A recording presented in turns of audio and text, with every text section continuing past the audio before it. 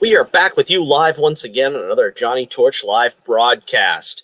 Big broadcast number 229 today. Torch News Roundup number 193. We are back here. We were supposed to be live yesterday, of course. As I mentioned last week, we were going to hold over for a day, providing there was enough news to cover. And oh boy, is there enough news to cover.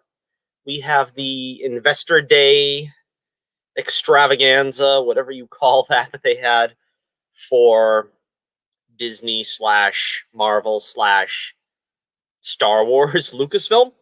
So we're going to talk a bit about that, but welcome into the show, everyone. Merry Christmas to you all. Hope you all are enjoying the holiday season, as it were. We got the tree up, we've got the decorations. You can't see them, of course. We got the decorations all covering the palatial residence here of Johnny Torch in Torch Tower as we overlook the fair metropolis below. And yeah, I should try to stream some Christmas carols in the back or something for some ambiance, so to speak, to use a $10 word. I would like to, before we begin the festivities here, just request. I don't want to speak too harshly or make a point that's overemphasize a point, but please hit like, share, and subscribe if you will.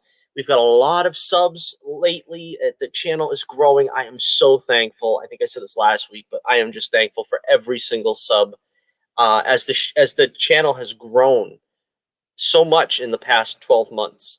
I remember last year at this time, just hoping to get 100 subs, and we're up to 152 now.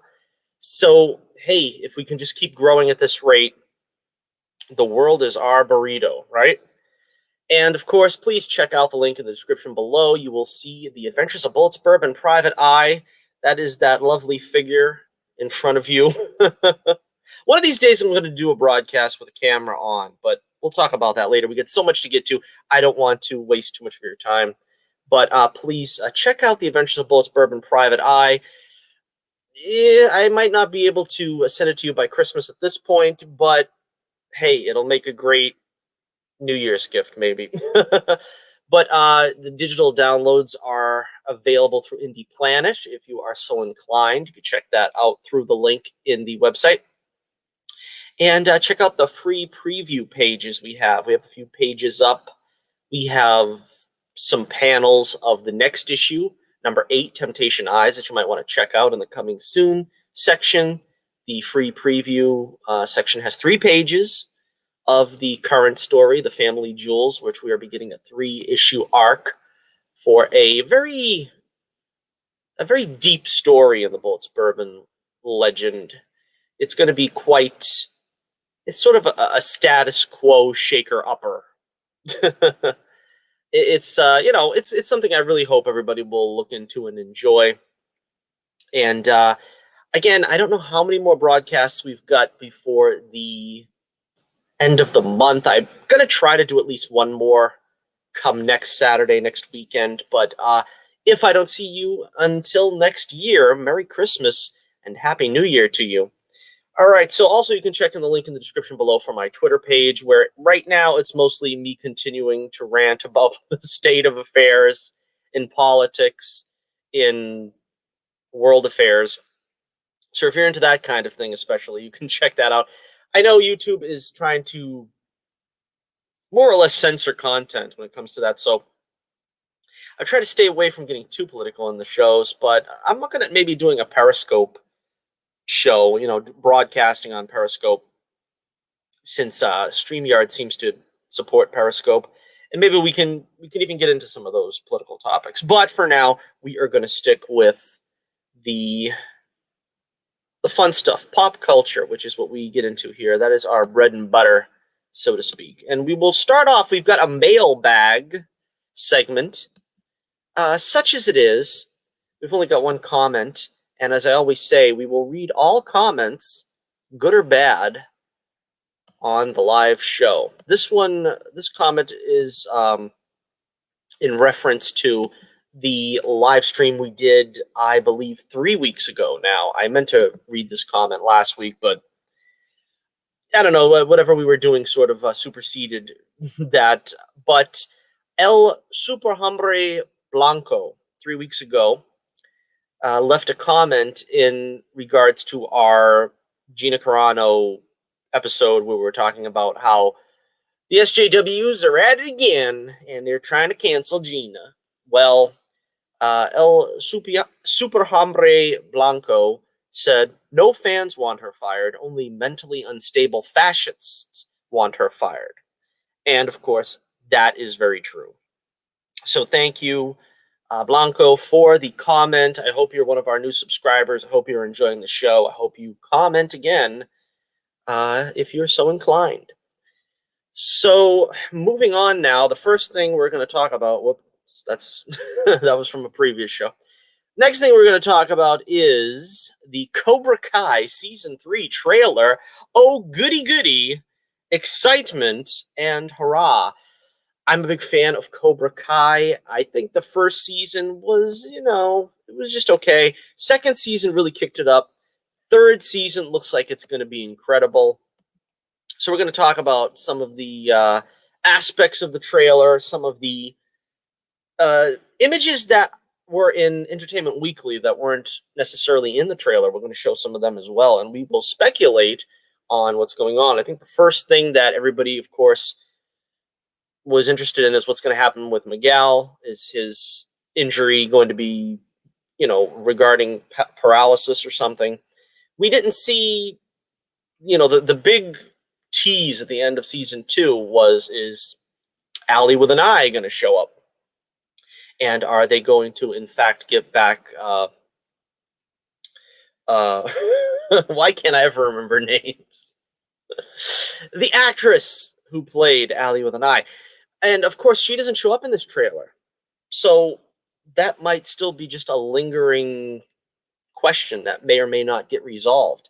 But we see Miguel on the comeback trail here. We see Johnny taking a strong hand and guiding him and trying to get him back on his feet, literally, as well as metaphorically, trying to get him back to walking.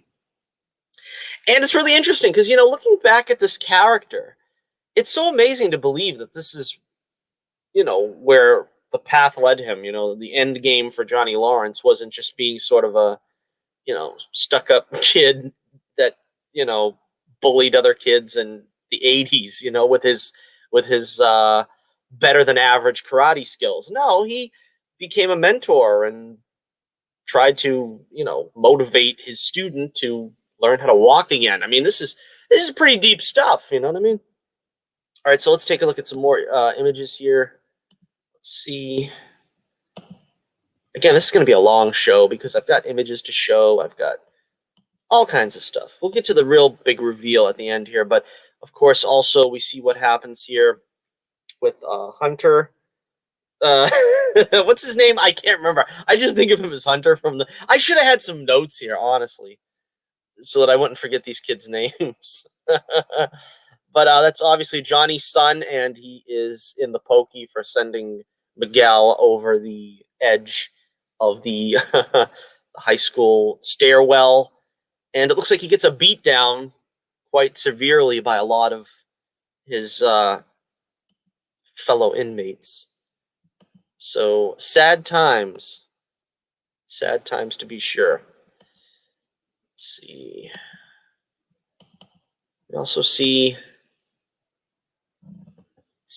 yeah, there's Daniel and Alex, I believe. And yeah, they're having a bit of a contentious problem here. I think there's a little difficulty. I recall she says in the trailer, it's like, I thought we were on the right side or something to that effect. I really should have watched the trailer again. But yeah, it's like you can see her training with Daniel, and it's going to be interesting to see if there's going to be a rematch with her and Tori. Yes, I remember Tori's name at least, because she says Tori with an I. I'll have to be very frank with you with today's broadcast. I had a plethora of notes about the subjects I was going to be talking about today, and as I said on Twitter, I lost all my notes literally. a half hour before I began the live stream, and I just scrambled to just get as many notes as I could. And unfortunately, I didn't really get notes for Cobra Kai's trailer. So if I forget different characters' names or actors' names, I'm sorry. But I remember Tori, and we see Tori in I don't know, a very strange place, a den of thieves, one might say. And we see her earlier in the trailer, rummaging through her money, and she seems like she's in need of money. And I'm not sure exactly what that is. Is that maybe to pay for Miguel's doctor fees or something? But she's clearly up to making some money here, I think, in the scene where she's going into some arcade or something. And apparently, I don't know, she's, I don't really know if they have a cage in the background for cage matches or something, but apparently she's either going to meet somebody here for that purpose to earn some money, or she's, going to get into some kind of illegal activities. Let's just put it that way. Let's see. This is something that was interesting. I'm not too sure about this. We're going to have Daniel and Johnny join forces. Now, we kind of figured that was the end game, because as we left it, Crease had taken over the Cobra Kai dojo. Again, the trailer doesn't let us know anything of if Terry Silver is involved, or, bad boy Mike Barnes is involved. I think there's plenty of time to see those guys, and I hope they do show up in the show.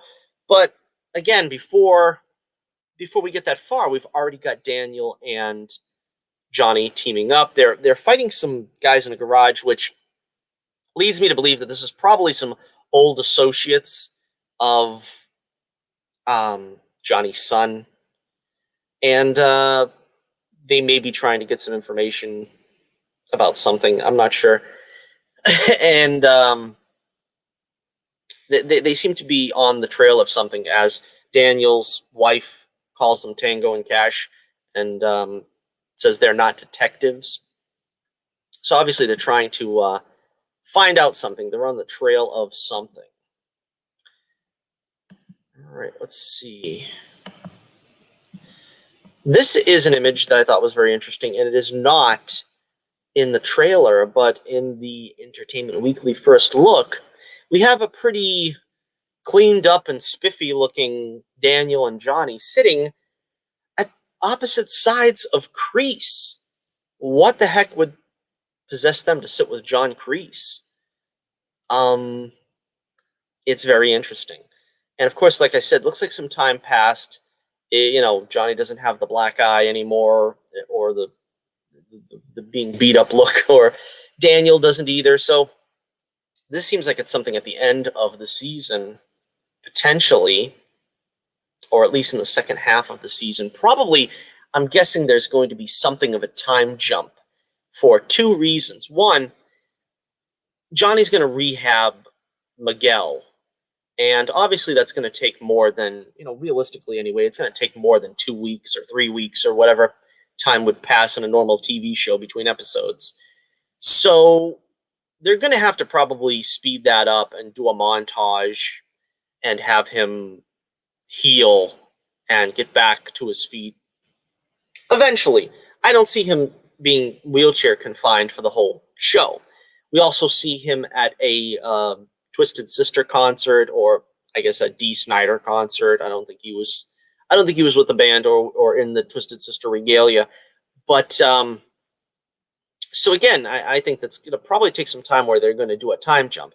Also, they're going to do a time jump because apparently Daniel does go back to Okinawa to sort of not necessarily get in touch with his roots, but Mr. Miyagi's roots. And that, of course, leads us to the big reveal in the trailer is Karate Kid 2 veterans, Chosen, and Kumiko have returned. Now, this is very exciting for me because personally, Karate Kid Part 2 is my favorite of the series. I thought that was the best one. I thought that was the most exciting. I thought there was a lot of... the action was exceptional. And, of course, we had some great performances, by these two actors. I mean, that's not to put down, any of the other actors, but I really felt that these two, did a heck of a job. This is Tamlin Tomita, of course, on the left, who played Kumiko. Last we heard from her, she was going to school to be a ballerina, I believe. And, she was unable to, I suppose she could have at some point moved to America, but that she was going off, I think it was Tokyo to study dance. And so that kind of led to the ending of their relationship, her and Daniel. Of course, whenever anybody sees these or the potential of these old characters coming back, it's like, is there going to be a romance kindled? No, I'm pretty sure there won't be, because Daniel is, of course, married. Chosen Yamaguchi, his actor Yuji Okimoto returns, and of course he is a great villain in screen history, and the fact that he basically wanted to honor kill Daniel, I think that puts him above pretty much all the other villains in the Karate Kid saga, quite frankly, quite honestly. So this would be really good to see a rematch between these two, but apparently time has healed some wounds, and it appears that I think Chosen is going to sort of train Daniel. It looks like to me, from the suggestions, it seems like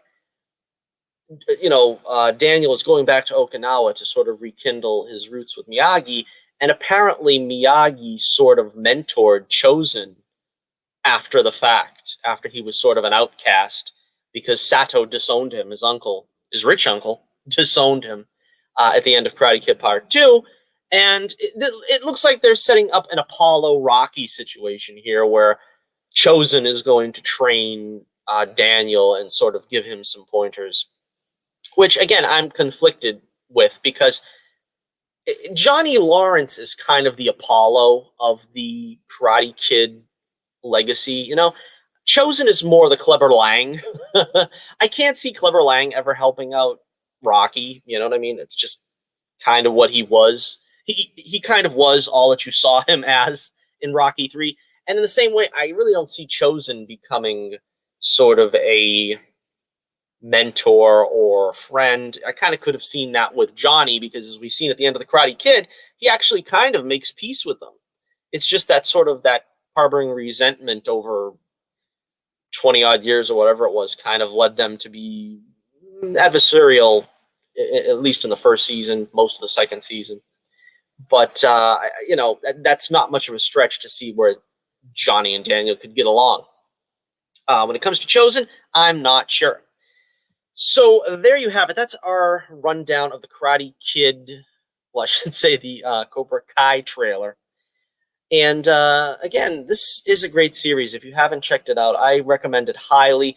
This is pretty much everything that, if you want to bring back an old property, you watch this show and take notes and see what they do and use that as an example of how to go forward, because they've created some new interesting characters, but they still have the through line of the series basically still comes down to the two main protagonists, which is, of course, Daniel and Johnny, and they balance them pretty well. They don't, they don't give, let's put it this way, they haven't sold out on their roots. You know what I'm trying to say? They will take something from everything. They will take the Karate Kid Part 3, which is, sort of the sad sister of the Karate Kid franchise, and they will still sort of pull some references and things from that, and they use that to sort of prop up their world and continue to world build, as well as use these existing characters properly, for the most part, such as what logistically would happen if they brought back the Cobra Kai dojo. Of course, John Crease would get interested, and he comes back.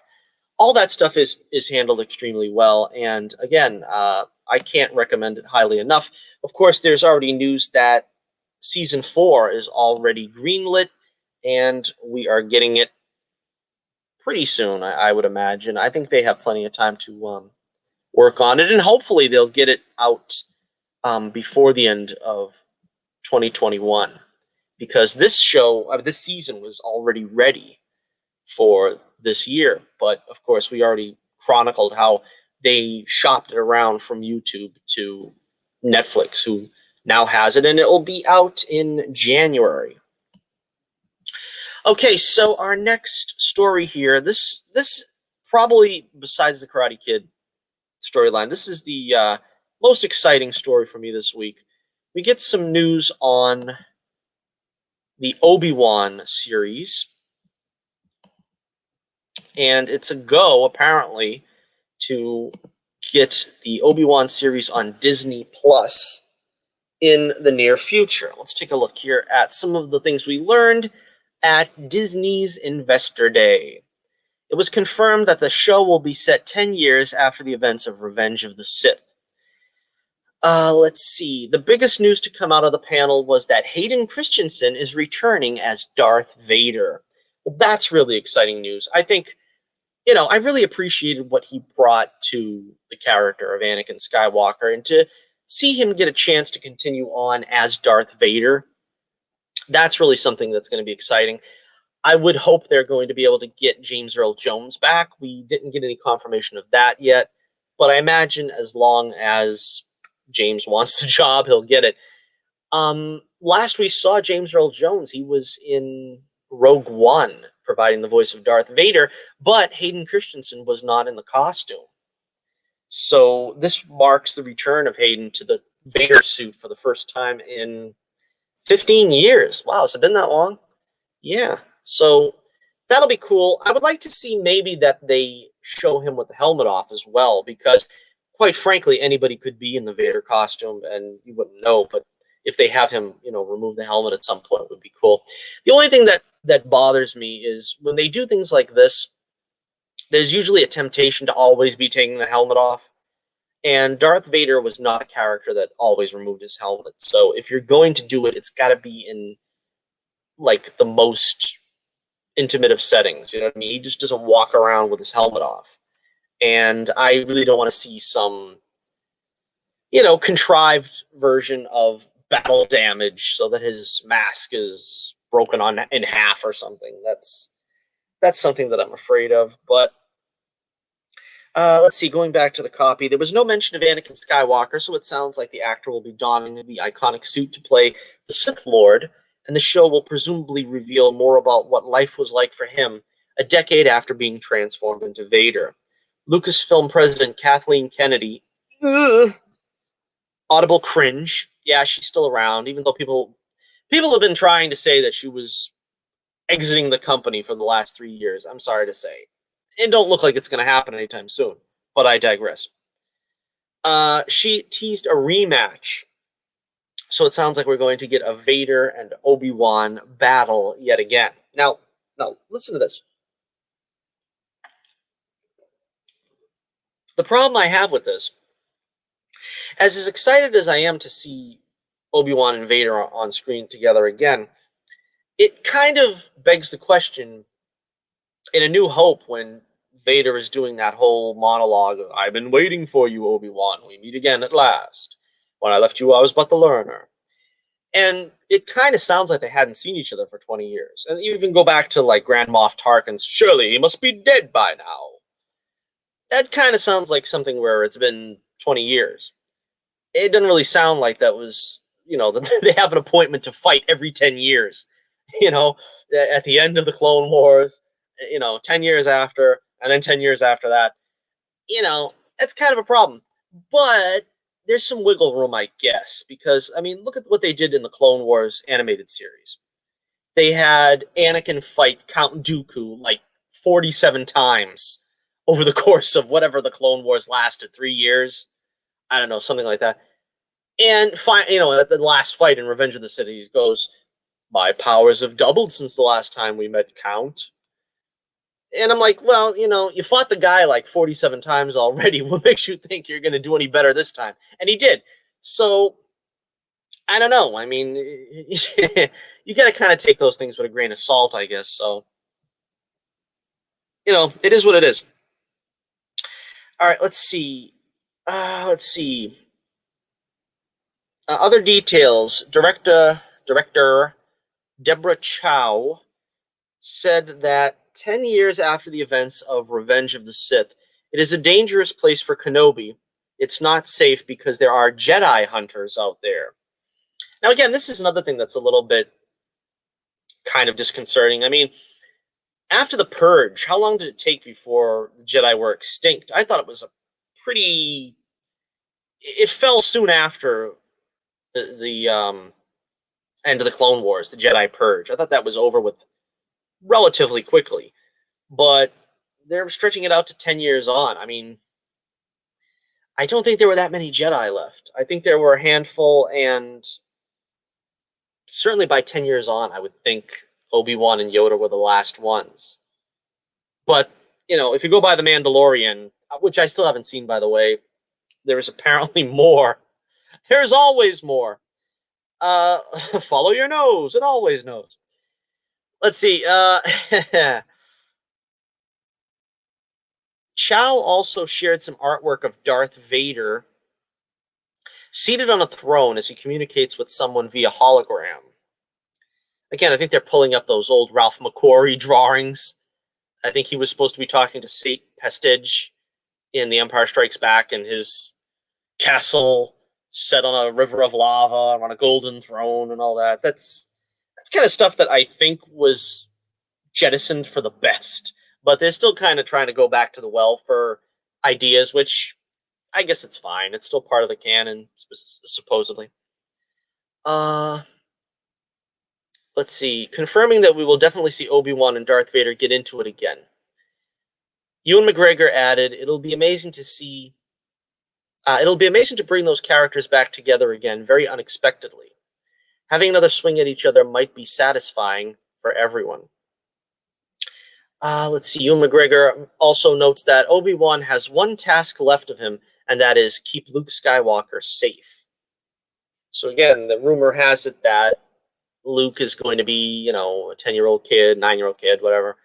And Princess Leia as a child might also appear in the show at some point. I'm not sure.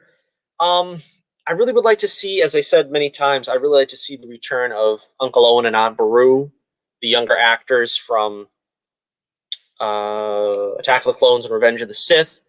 That would be very cool, because what I always felt cheated of was that we didn't see any kind of contentious behavior between Obi-Wan and Owen. We got that sort of icy glare, if you can even call it that, at the end of Revenge of the Sith between Obi-Wan and Owen. But really, that was a chapter that nobody deigned to look into. And I think that would be a very interesting storyline there, to see just how Owen blames Ben for what happened. And we could see maybe how he got the name Ben, too. I mean, that's more interesting than how Han Solo got his name. Why did he pick Ben Kenobi, from sort of arbitrarily from a list of names? He just said, hey, I'm Ben Kenobi now, buddy. No Obi-Wan here. But again, should I hope? I would love to see Palpatine. Wouldn't that be great if they brought Palpatine back where he belongs? You know, he kind of didn't belong in Rise of Skywalker, but at least here, having him order around Vader, and maybe have something to do with Tarkin, if they could get a young Tarkin actor or something. Like I said, this is the only property that I'm pretty excited about going forward in the Star Wars universe still, because I think there's a lot of story to tell over here.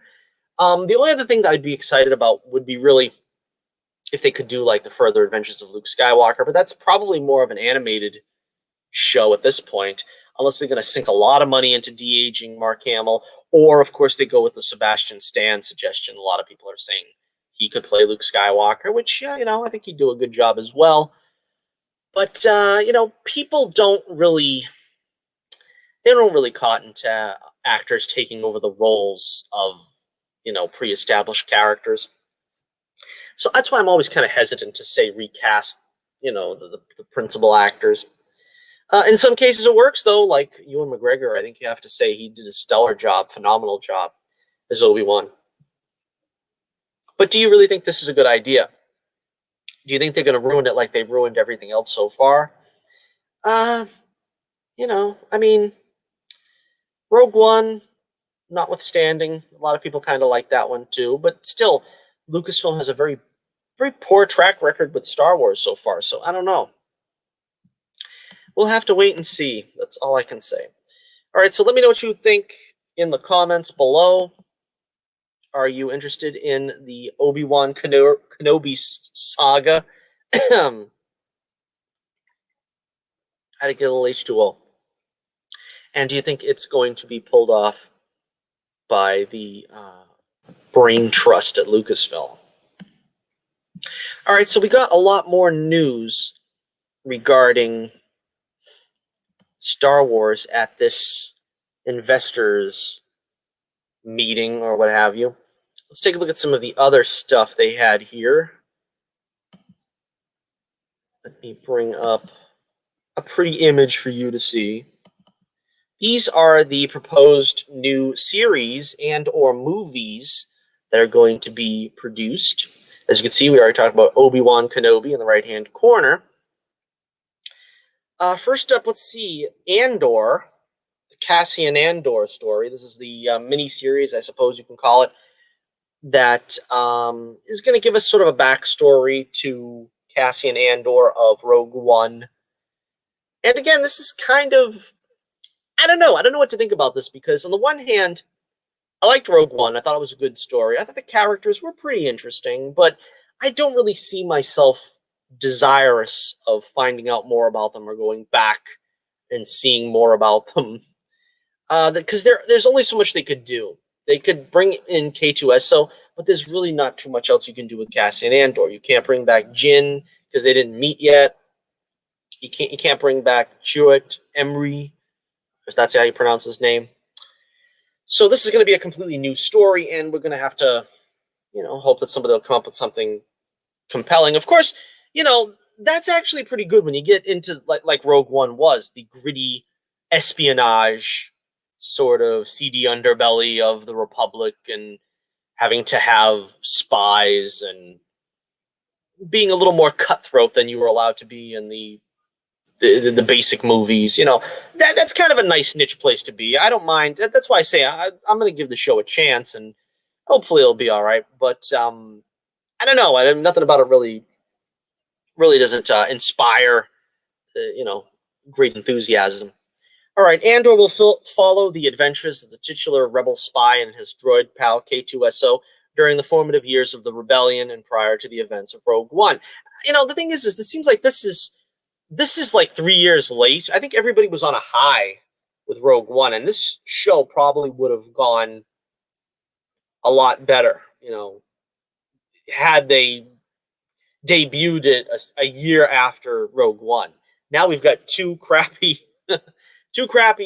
sequel trilogy movies and a subpar solo prequel. At this point, no one's excited about Andor, I don't think.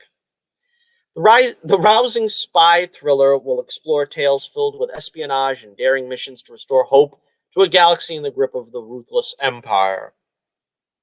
Toby Haynes will helm Cassian Andor, stepping in to replace original director Tony Gilroy, who was reportedly forced to drop out due to related travel restrictions of the Modelo virus. The Americans producer Stephen Schiff will serve as showrunner on the series, which will also feature Adria Arjona, Denise Goh, Genevieve O'Reilly, Mon Mothma, Stellan Skarsgård, and Kyle Soller in undisclosed roles. Well, of course, like I said, we know Genevieve O'Reilly is playing Mon Mothma. That's not particularly shocking to see her associated with this. She pretty much ran the rebellion on the side, I suppose, with a couple of others. Andor is set to premiere on Disney Plus in 2022. So like I said, we got quite a ways to go before we get to that. All right, let's see some more stories. Let's see. Next, we have Rangers of the New Republic.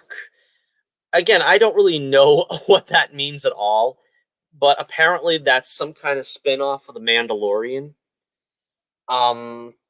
Again, I have no idea what that is, but Rangers of the New Republic will be coming as a original series set in the timeline of The Mandalorian, according to The Mandalorian on Twitter.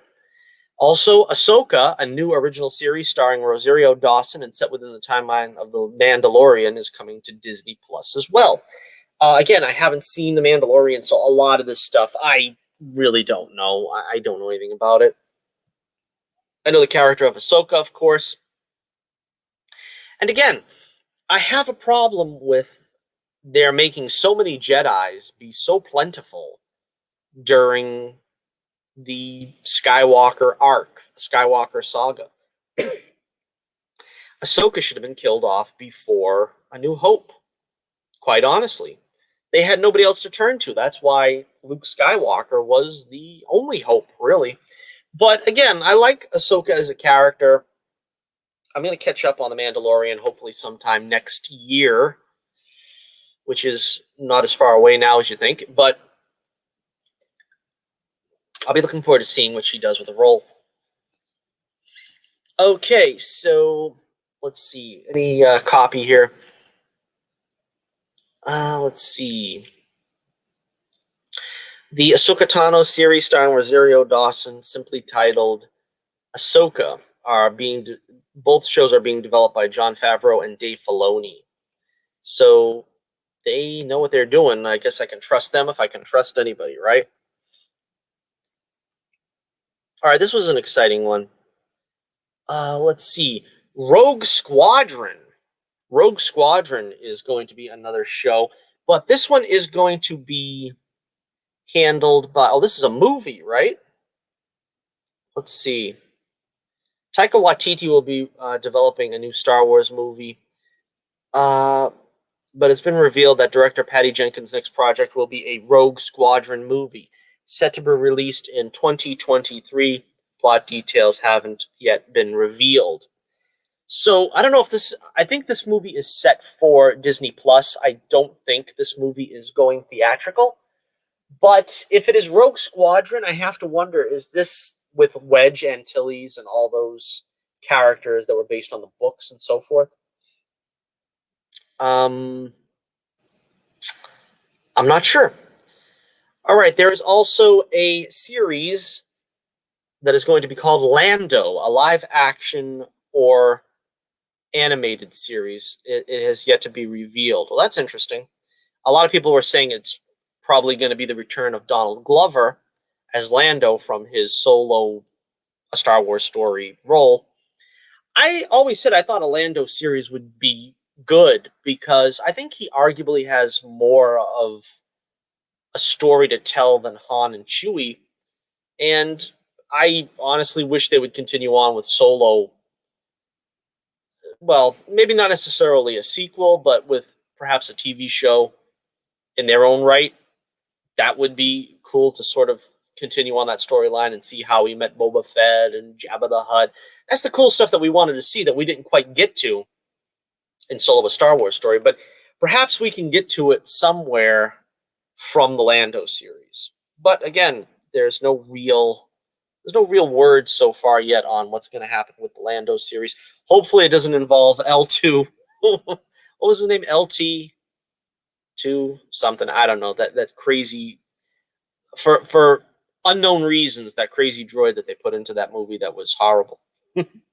Star Wars Visions, an original series of animated short films, celebrates the Star Wars galaxy through the lens of the world's best Japanese anime creators, coming in 2021.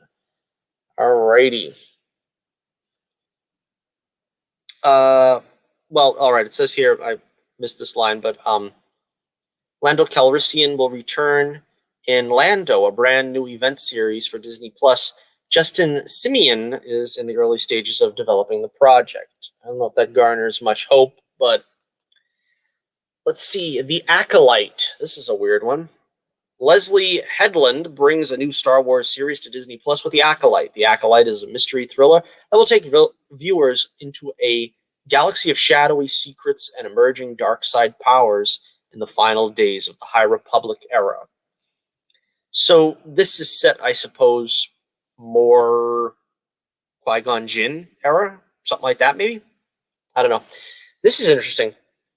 Lucasfilm Animation is teaming up with Lucasfilm Visual Effects team ILM to develop a special Star Wars adventure for Disney Plus, a droid story. This epic journey will introduce us to a new hero guided by R2-D2 and C-3PO. Well, that's great. I always wanted to see more done with 3PO and R2 in the post prequel trilogy world.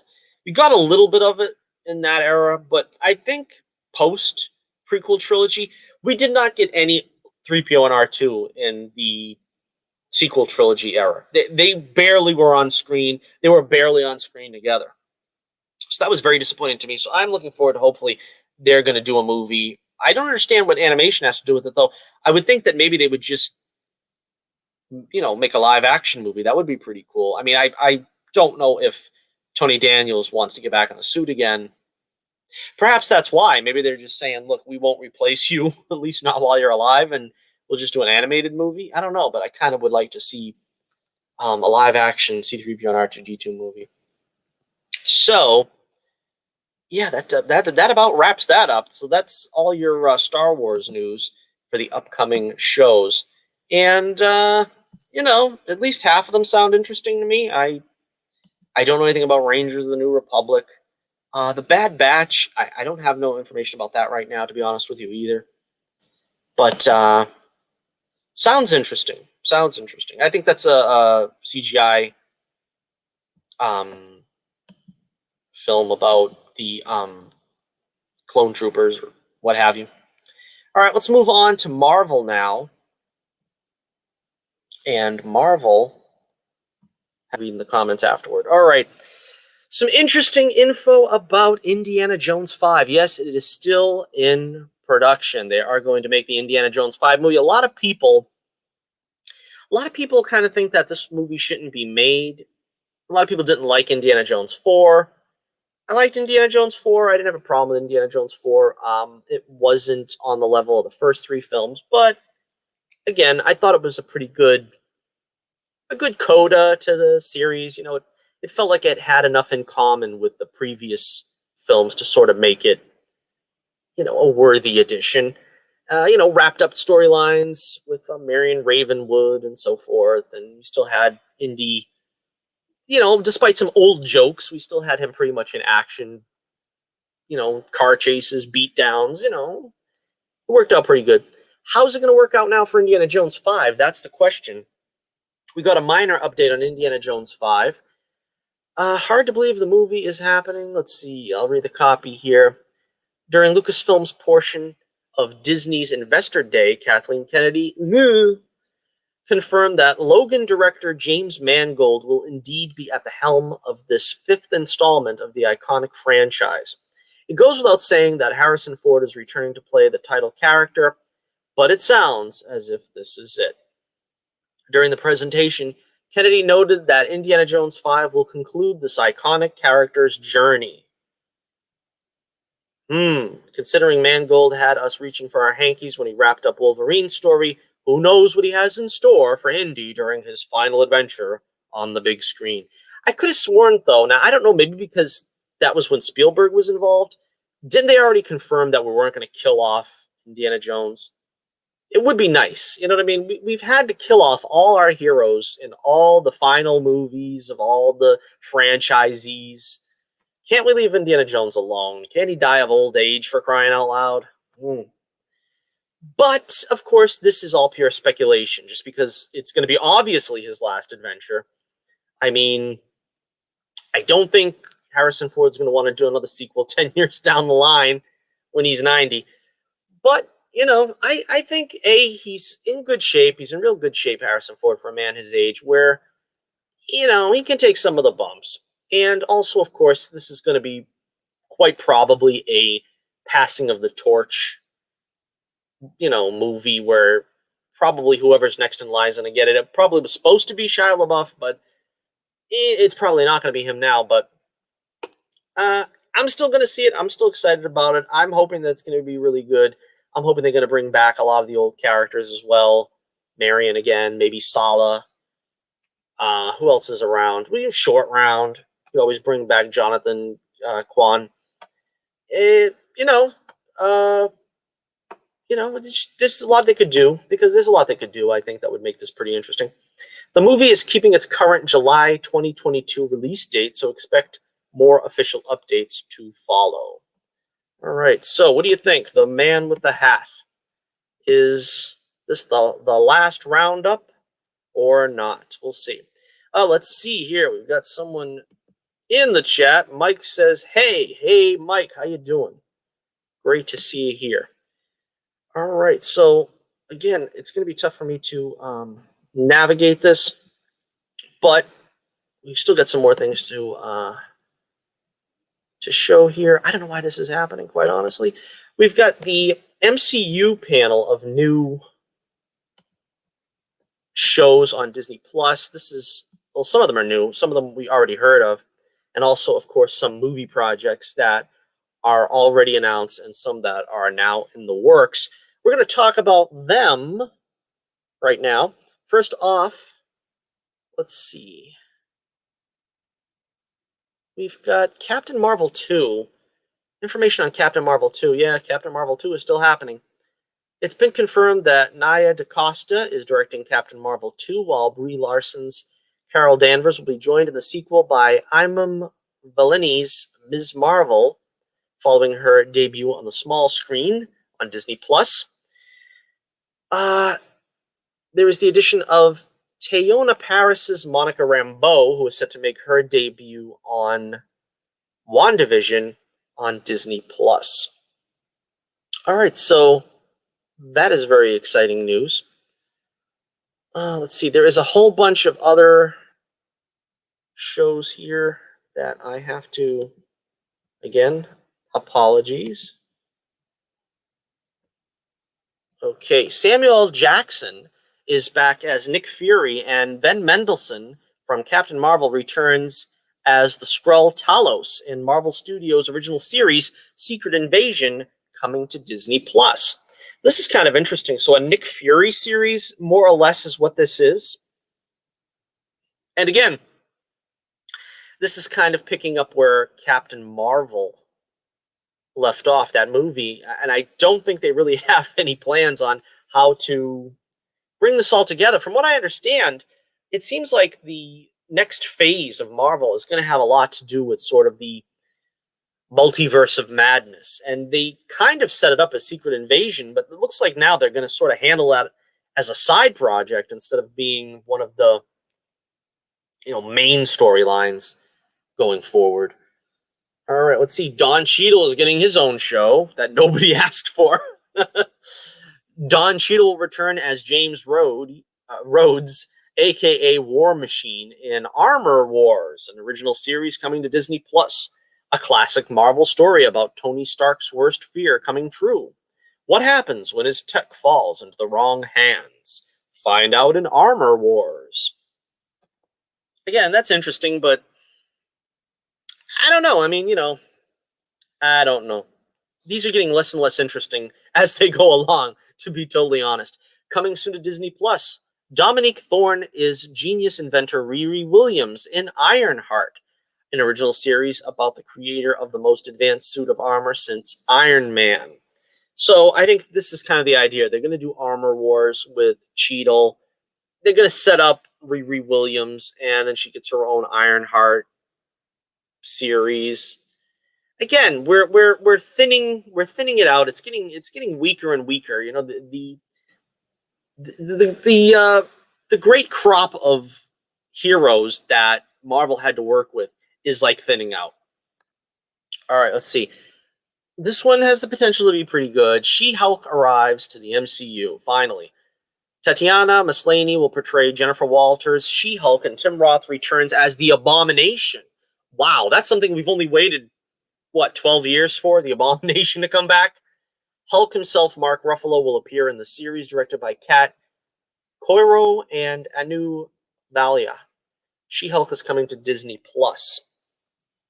Again, this is interesting because, I would like to have a Hulk series, quite frankly. I mean, I've gone over this many times, but the Hulk has gotten the shaft royally from the MCU. They haven't really done anything with the Hulk since Avengers 12, Avengers 2012. He's become more and more of a joke, quite frankly, becoming a joke in Avengers Endgame. I don't really see how they're going to rehabilitate the character here. I certainly hope they do.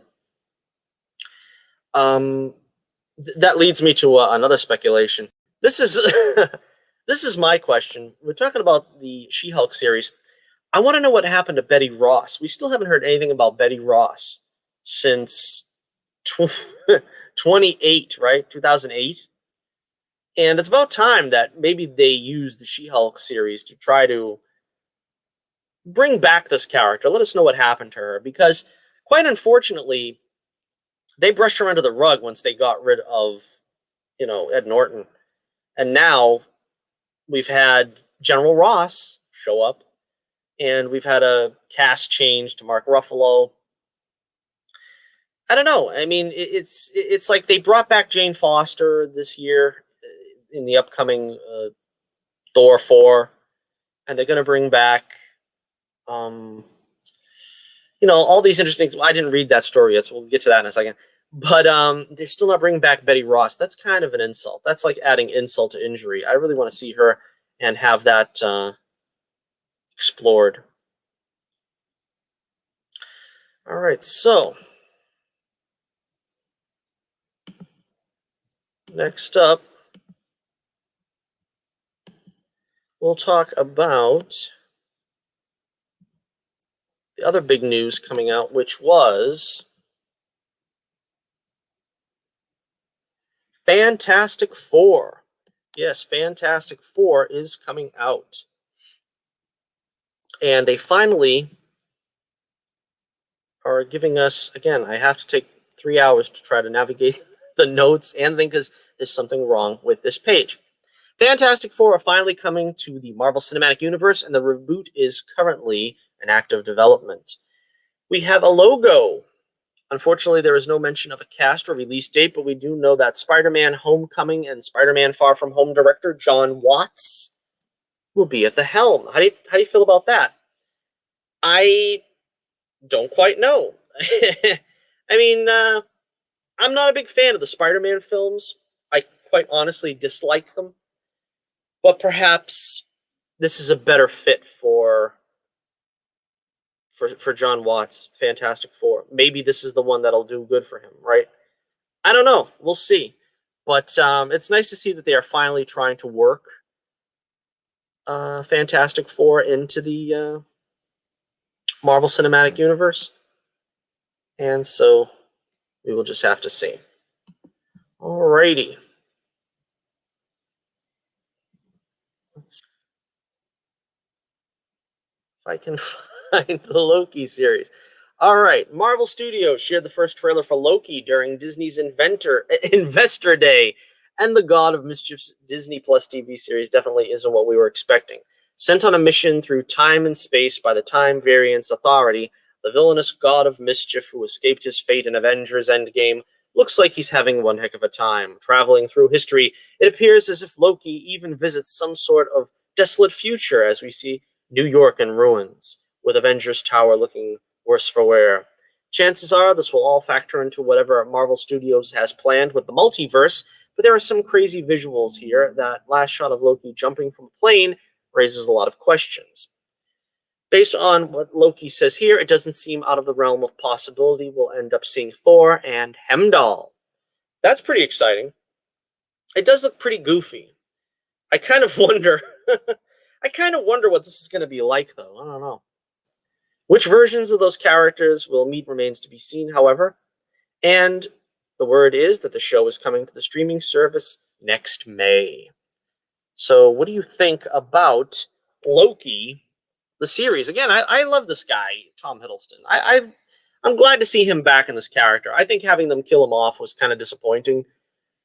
But, he lives on in some way. And I guess he's back to his old mischievous self, since this is sort of old Loki and not the sort of more mellow Loki. Okay, we've got some news on AntMan. AntMan 3 has finally got a name and a new actress.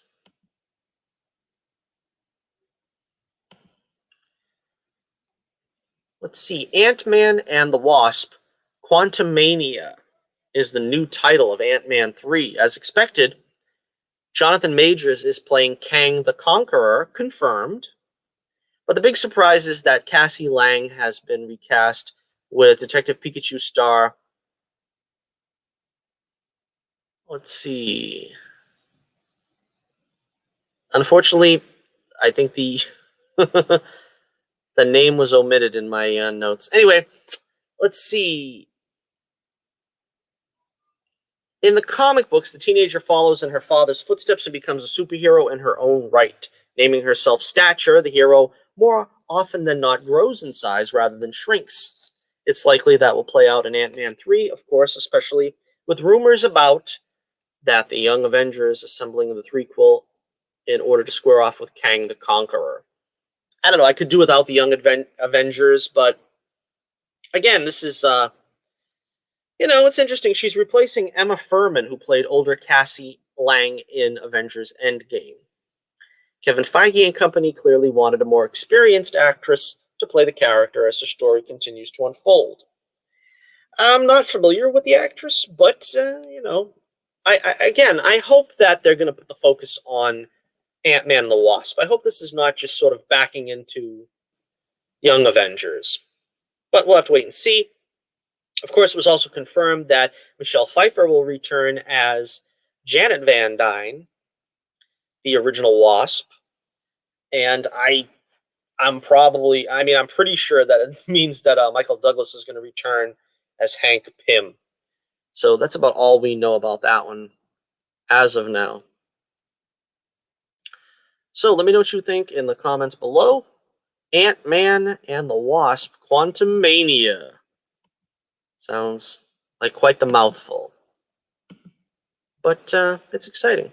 All right, we got some images here from the new Hawkeye series.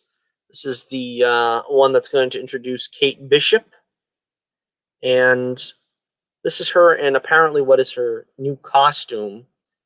I don't know really the situation behind it, but it kind of looks like we've been getting a lot of these set photos. I just wanted to show you two of them. Looks like she gets into some serious difficulty on her first day on the job, I guess. And apparently this is taking place at Christmas. So, very topical. All right, let's see. More stories. Oh, man, we've already been going for an hour, and I've got more stories for you guys. You're going to have so many stories, you're not going to know what to do. All right, talking about Black Panther 2. Let's see if there was any information about Black Panther 2. Kevin Feige said during the live stream, "I wanted to acknowledge the devastating loss of a dear friend and member of the Marvel Studios family. Chadwick Boseman was an immensely talented actor and an inspirational individual who affected all of our lives professionally and personally. His portrayal of T'Challa, the Black Panther, is iconic and transcends iteration of the character in any other medium from Marvel's past. It's for that reason that we will not recast the character." So again, I'm usually of the opinion that the character is bigger than the actor and that you should just recast if need be. But again, since they have chosen not to do that with Iron Man, with all the other actors that don't want to come back, Captain America, I don't know. I don't see why you would recast Black Panther if you're not going to recast the other heavy hitters in the MCU. So that's kind of the way it goes. Feige didn't get too specific when referencing the story Black Panther 2 will focus on, but he did reveal that the sequel will further explore T'Challa's homeland and some of the supporting characters introduced in the first film. He went on to say, "However, to honor the legacy that Chad helped us build through his portrayal of the King of Wakanda, we want to continue to explore the world of Wakanda and all of the rich and varied characters introduced in the first film. Writer-director Ryan Coogler is hard at work on the sequel now, and will bring the film to you in theaters July 8th, 2022. I get the feeling that this is going to go down in history as the most bungled live stream ever. All right, next up. we're going to go to the multiverse of madness for Doctor Strange 2. Into the multiverse of madness. And oh, there is good news today. It looks like Rachel McAdams will reprise her role as Dr. Christine Palmer in the upcoming Doctor Strange and the Multiverse of Madness. It was beginning to look like the actress was going to give the Marvel Studios sequel a miss. That wouldn't have been surprising given how limited her part in the first installment was. With Sam Raimi directing this follow-up, it appears something may have changed. Well, I'm quite happy about that because I really liked Rachel McAdams in that role. I thought she was really great in that, and I really was disappointed that they didn't try to focus on his relationship with her. And in the subsequent movies, of course, they really didn't have a chance to because with the world being in peril and so forth. But I really liked their rapport, and I liked that it wasn't the typical hero romance. You know what I mean? It did seem like they had more of a friend, relationship first, and it quite honestly could have been the best romantic pairing since Tony and Pepper if they would have just sort of tried to cultivate that romance a little more. Obviously, you needed to dive into it a little bit more. And yeah, Rachel McAdams also quite fine looking, if I do say so for myself. And Rachel's one of those actresses that kind of just hit me like at a certain time by surprise, right? I remember seeing her in Sherlock Holmes and a couple other things, and I was like, yeah, she's all right. But then, like, boom, I saw her in Doctor Strange, and she's quite lovely. So that's why I treated you with this this glorious pose from the lovely Rachel McAdams. All right, so let's see. Plot details are few and far between, but McAdams now joins a cast which includes Benedict Cumberbatch, Benedict Wong as Wong, Chiwetel Ejiofor as Baron Mordo, Elizabeth Olsen as the Scarlet Witch. She's another one that kind of like, she has to grow on you, I guess, because, it's like when she was first cast, I was like, yeah, she kind of grew on me as well. And newcomer Xochitl Gomez, who was recently added to the cast, presumably as America Chavez. Production is expected to begin in London early next year once Cumberbatch is finished shooting his role as Doctor Strange in Spider-Man 3. And as it just so happens, we do have Spider-Man 3 news.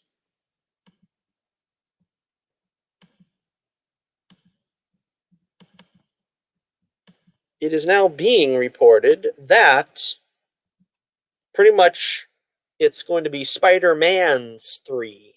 Spider-Man's 3. This is a photo of Tobey Maguire. He's got the Peter Parker hairdo going again. He's got the cargo shorts or whatever, supposedly going to the studio for a fitting for his Spider-Man costume. Now, this is honestly the only way you could get me interested in the MCU Spider-Man 3. The first one was horrible. The second one was a joke. And so now with Spider-Man 3, do I really want to subject myself to more of the same? Answer no. But they're bringing back Tobey Maguire, apparently, Kristen Dunst from the original films, Alfred Molina as Dr. Octopus. Apparently also Andrew Garfield is going to return, possibly Emma Stone. This is shaping up to be quite an epic, and I think we're going to have the Sinister Six when all is said and done as well. Let's take a look at the copy. Let's see. Alfred Molina will reprise the role of Dr. Octopus for Marvel Studios and Sony's third Spider-Man movie. Confirmed. Collider's Jeff Snyder reports that The Amazing Spider-Man's Andrew Garfield will return as his take on Peter Parker, while Tobey Maguire is still in talks to reprise his interpretation of the iconic Marvel hero. That's not all, because Kristen Dunst will be on hand as well as Mary Jane Watson, and Emma Stone is expected to step back into the role of Gwen Stacy. It was GWW that first reported the news of Alfred Molina returning as Dr. Octopus in the upcoming Marvel Studios threequel. Now, the writer who shared that story has followed it up with some very interesting details about what to expect from Spider-Man 3. Asked how much screen time all these actors will eventually have, he says most are cameos, with their scenes mostly taking place in action set pieces. Interestingly, he added that fans can expect Charlie Cox's Daredevil and the Spider-Men to have roughly the same amount of screen time in the threequel. So that's very good news for the Man Without Fear. So, yeah, apparently Charlie Cox's Daredevil from Netflix Daredevil is going to join all hands on deck here, which is great. I think that's a great way to introduce him. I'm hoping that they're going to. I wasn't a fan of Netflix Daredevil. If they will spin him off into something a little more palatable, I'd be happy. They're trying to do Daredevil as a Netflix drama, and it just didn't work for me. If they can spin him off into what looks like a more colorful and exciting Disney Plus show, I'd be all down for it. But at least he's going to get a chance here in a Spider-Man film, which, of course, that's a good way to introduce him. The multiverse, you start realigning things, and it's quite possible that's not even the same Daredevil that we know from the Netflix shows. They could really start over from scratch if they want to there as well. As for the two returning wall crawlers, it sounds like they'll mostly factor into Spider-Man 3's final act, so here's hoping this trio will have to assemble to battle a Sinister Six made up of villains from across the multiverse. That would definitely make this Spidey most epic big screen adventure yet. So, yeah, that sounds pretty exciting. And like I said, pretty much the only way you'd get me excited about a Marvel version of Spider-Man now is to do this. Because I quite honestly was going to give up on the MCU Spider-Man. Again, I thought the first one, Homecoming, was pretty bad. You had Michael Keaton in it, which, provided a good performance, but it was just pretty bad. And then in the second one, Far From Home, I liked Jake Gyllenhaal's Mysterio, and there was some pretty good action scenes and so forth, but it really fell flat. There was just not enough Spidey presence in it. And I've said that all along. You need to have the hero be the focal point. At this point, it looks like all the heroes are going to be the focal point, Spider-Man being all the heroes. All right, so one last bit of business before I'll let you go your merry way. And what a long, weird trip it's been. We've got Thor Love and Thunder news. Deadline is reporting that Jamie Alexander has officially joined the cast of Marvel Studios' Thor Love and Thunder, reprising her fan-favorite role as Lady Sif, who last appeared in 2013's Thor the Dark World. Yeah, she was in Agents of S.H.I.E.L.D. briefly. She was in the first two Thor flicks, and then she just disappeared entirely. Even when they were rapid-fire killing off all of the Heroes 3, Warriors 3, they didn't even mention her. So it's quite disappointing what they did to the Thor universe, but apparently they're going to try to set some things right here.